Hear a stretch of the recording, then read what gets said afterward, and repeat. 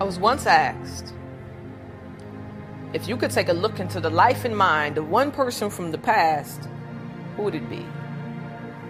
Instantly, my brain cracked open its spine, and pages worth of influential people ran through my head, like Harriet Tubman, Martin Luther King, even a John Calvin, Jeffrey Dahmer, or Augustine. But strangely, my thoughts became obsessed with the idea of being invited into the heart of someone we all know as Judas, a man beckoned by the Son of God to follow him. Follow him like Twitter was reality. Paralyzed his eyes on the heels of a God who had placed himself in the inside of a woman's stomach that he intricately created himself eternities before birth even existed. Judas walked with Jesus.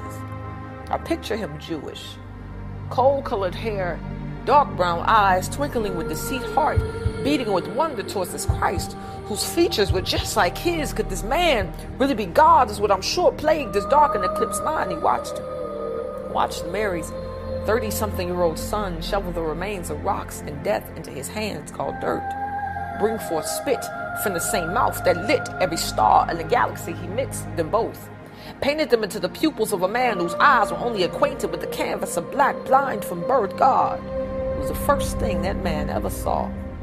His last name Iscariot, first name Judas, stood front row center to a concert of God's glory. I wonder if he saw himself in the scenario before him. Maybe not, but he continued to watch as Christ walked towards the cave of a man who had been dead for almost a week, with a heart that had not beat for 4 whole days, ears that will only work at the sound of something greater than death. Lazarus, come out, Jesus yelled with the authority of the Alpha and Omega branded to his breath. A fraternity of power coming forth from the same voice that spoke everything into existence with nothing that existed, just him. Judas saw a corpse come to life. A dead heart beat to the soundtrack of a resurrection, the metaphor for why Jesus came right in front of his eyes. If I could watch him think, I don't think he saw just yet he watched, as a year's salary of oil was worshipped onto the Son of Man's feet. Mary used her hair like a wash rag to wipe the foot of her Lord, and I wonder if Judas was confused at why this woman would give up so much just for Jesus. Could it be that her reverence was a sign that she might have seen this Nazarene called Christ for what he was worth, possibly? But he kept watching. He watched as the guards grabbed the man he'd identified with a kiss to prepare him for a death that the world deserved, unaware of the resurrection that only the elect would share in. If I could, I would assume that he looked into his palms, followed his fingerprints into the 30 pieces of silver laying dead in his hands with joy, tap dancing in the cemetery of his soul, ghosts of destruction rising up in his bones, those dark brown eyes staring at the receipt for what he just gave up. And I bet he didn't even see the reality of what he thought God was worth. Nothing. See, betrayal is easy when you kiss God goodbye in a heart that is only loyal to itself. As Jesus was being led away into the cup of God's wrath, Judas crawled his head inside of a noose, and the truth is, I know he was sorry.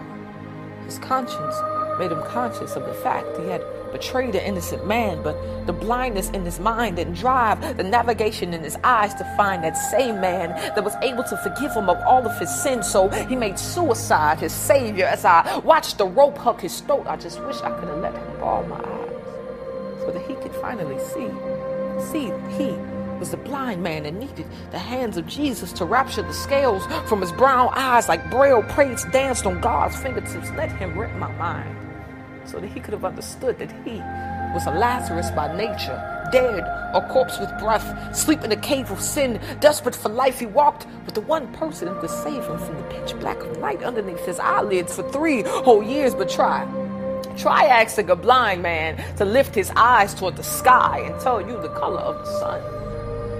Can't see, he'll never understand his need for light, so darkness will be all that he knows.